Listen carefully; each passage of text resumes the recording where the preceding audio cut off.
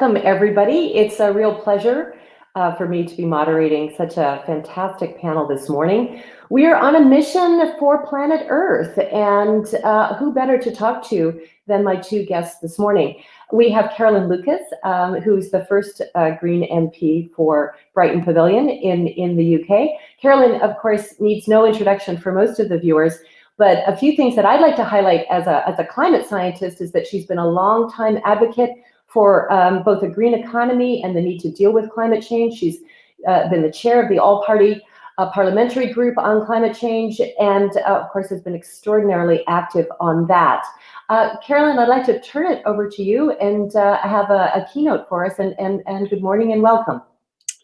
Well, thank you so much to you and to everyone for this opportunity to join you at this impressive event.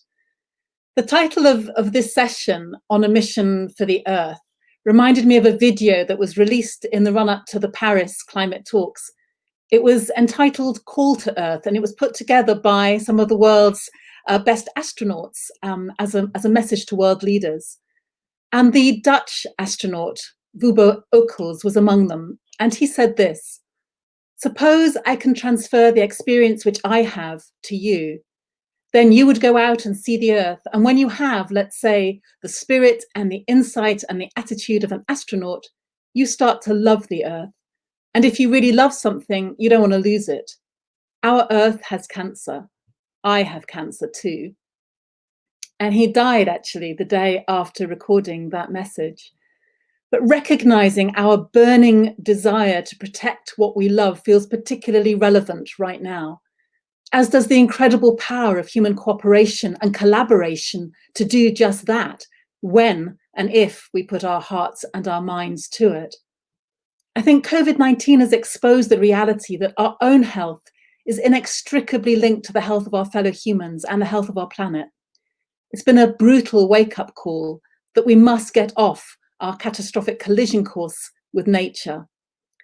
So these are some of the themes that I want to pick up in my opening remarks. First, a few thoughts on the extraordinary context that we find ourselves in today, and then on what a real green recovery looks like and how it needs to absolutely have repurposing our economic system at the core of building back better.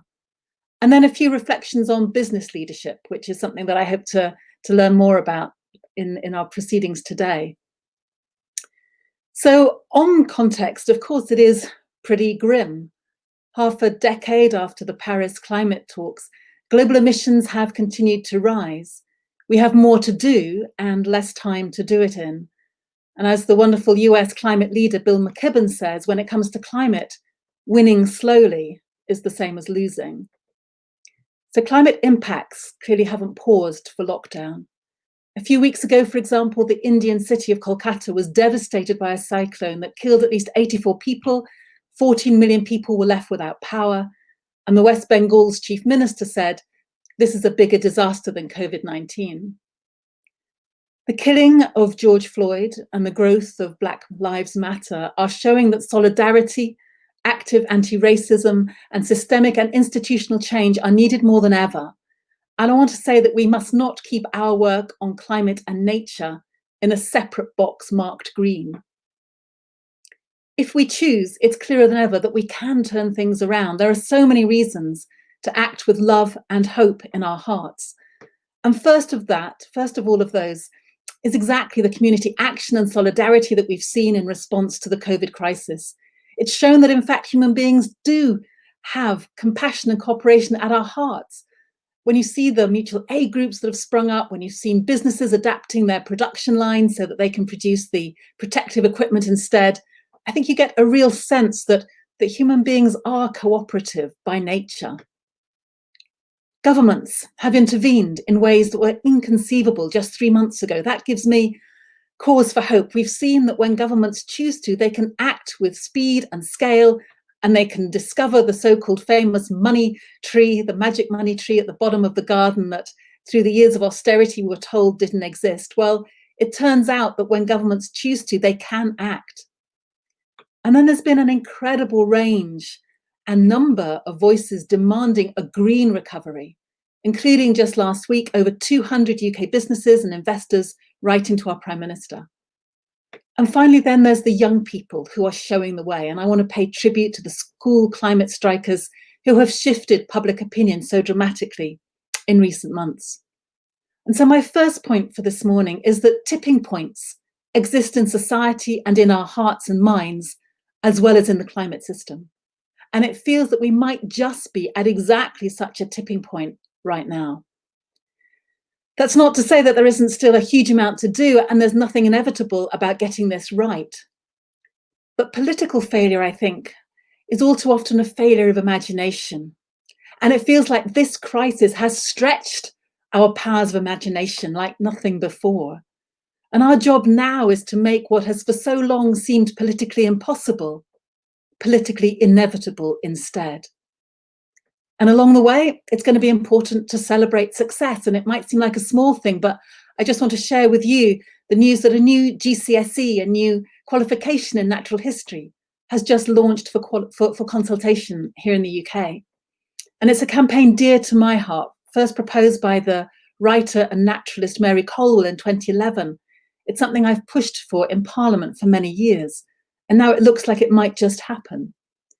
The US writer Richard Louv, who coined the term nature deficit disorder to describe the impact of increasing alienation of children from the natural world, put it very powerfully when he said, we won't protect what we don't love, and we won't love what we don't know.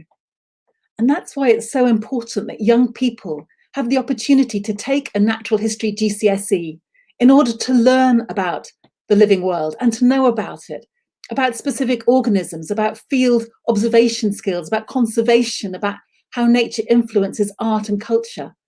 How can we expect our society to care for the natural world otherwise? To remember the words of our Dutch astronaut, if you really love something, you don't want to lose it. So turning to my second point, when we consider the dominant approach to running the economy in most countries right now, it seems it could well be linked to a severe outbreak of nature deficit disorder among adults as well.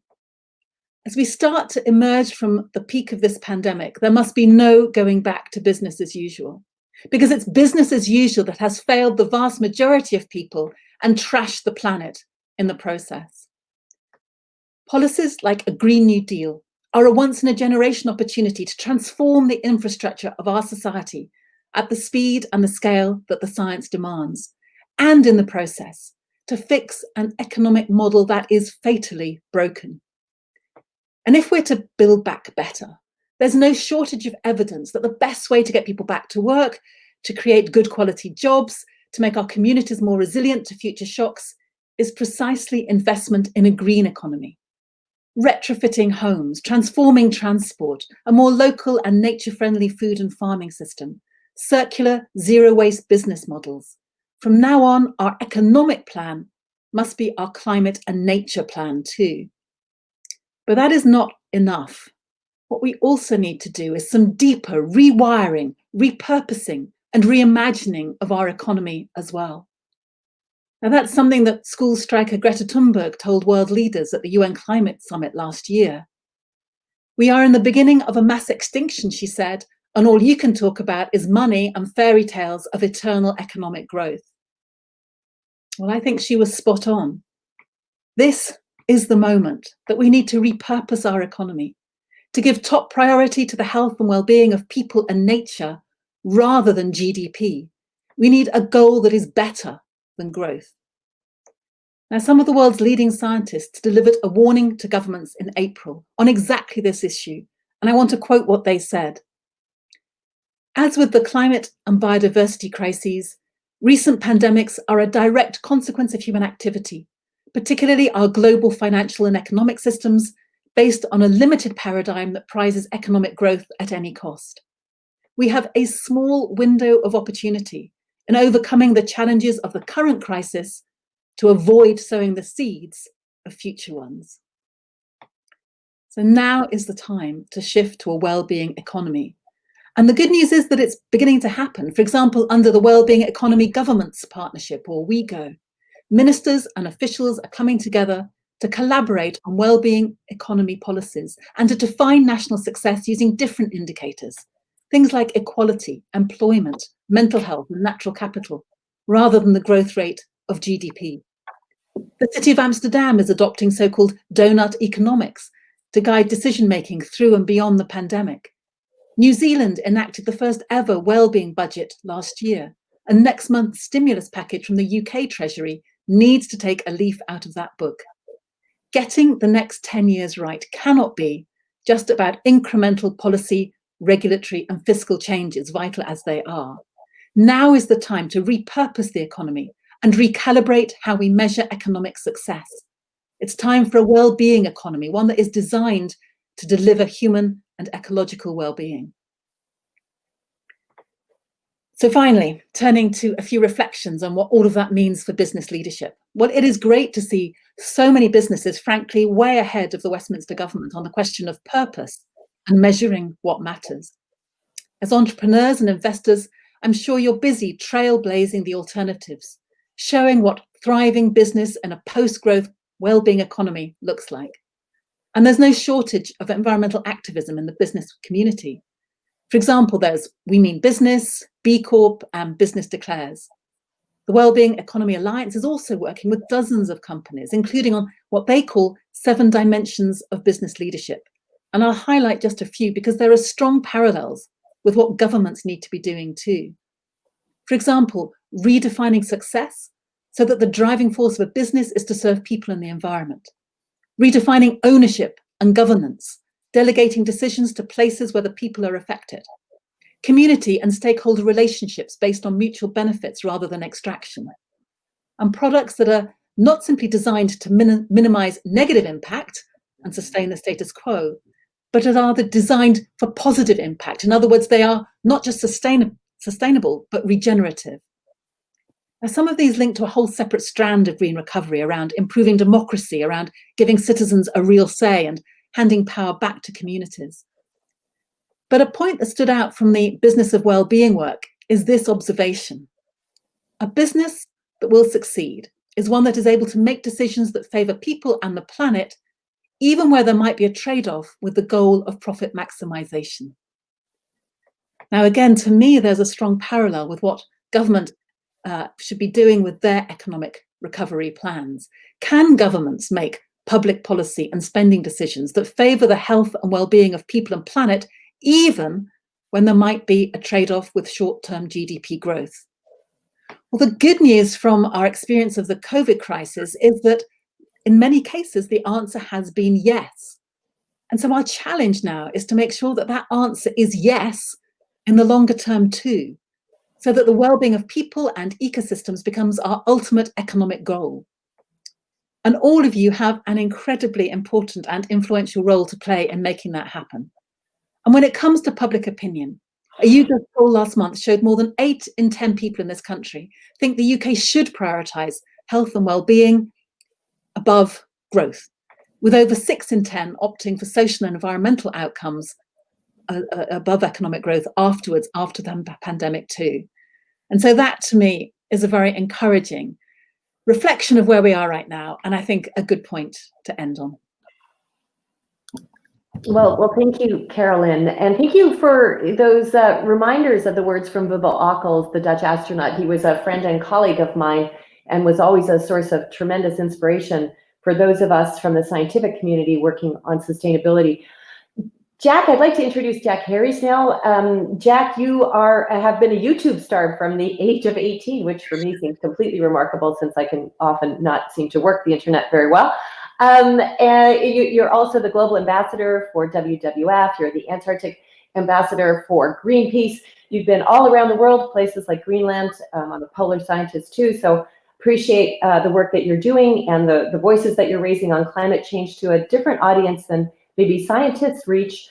I want to turn over to you and ask you a few questions and then have a panel discussion with you and Carolyn. And the first one is, as much as the data show that environmental issues important, I mean, isn't it hard to talk about this now? We've got the pandemic, people are worried about their health, their jobs. We've got Black Lives Matter, people are worried about social justice and their lives. Really, should we be talking about the environment right now? Yeah, thanks so much, Gail. And thank you, Caroline, for that opening speech as well. I just loved watching you speak. It was really inspiring. Should we be talking about this now? I mean, I think we probably should have been speaking about this 30 years ago. We're well overdue this conversation. I mean, many people are aware that the UN released the IPCC report in 2018, suggesting we have just 12 years to radically transform all aspects of society in order to prevent catastrophic climate breakdown. So that's now just 10 years we have left. So we have no choice but to have this conversation now. And I hope that this coronavirus pandemic has opened up an opportunity to have this conversation and to create the sort of level of change that we need to see. I think that looking back at the last 2 months, I think we've all learned many things from this pandemic. But one thing I've taken away from it is it's reminded us of our shared vulnerability, and the uncomfortable reality that we are not in control. There are greater forces at play here. And I think that's a really important lesson for us all to learn in understanding the severity of the climate crisis. Thank you. But Caroline, what do you think? You really think people are going to, after having such a difficult time with lockdown, I'm in Lancaster, you're in Brighton, Jack is in Spain. Will people want to do what we need to do to reduce the carbon footprint after all of this? I think there is a real renewed interest and commitment to doing exactly that, actually. This COVID crisis has been a nightmare, obviously, but there have been some moments within it for some of us who've been lucky enough to be able to enjoy streets that aren't packed with cars. Air pollution has gone down. People have talked about how literally refreshing it is to be able to breathe clean air. People are looking again at the way we use public space and streets and thinking, hang on a minute, maybe it's actually nicer not to have so many cars in these streets.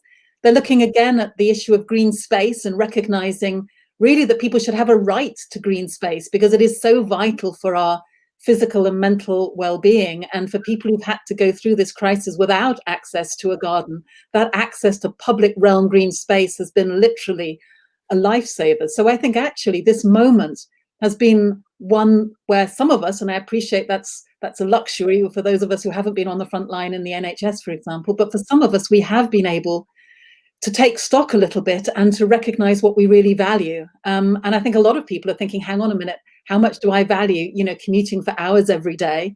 Maybe there's a different way of doing things. And I saw a lovely video that I just wanted to give a shout out for this morning. It was by a campaign in the UK called Build Back Better.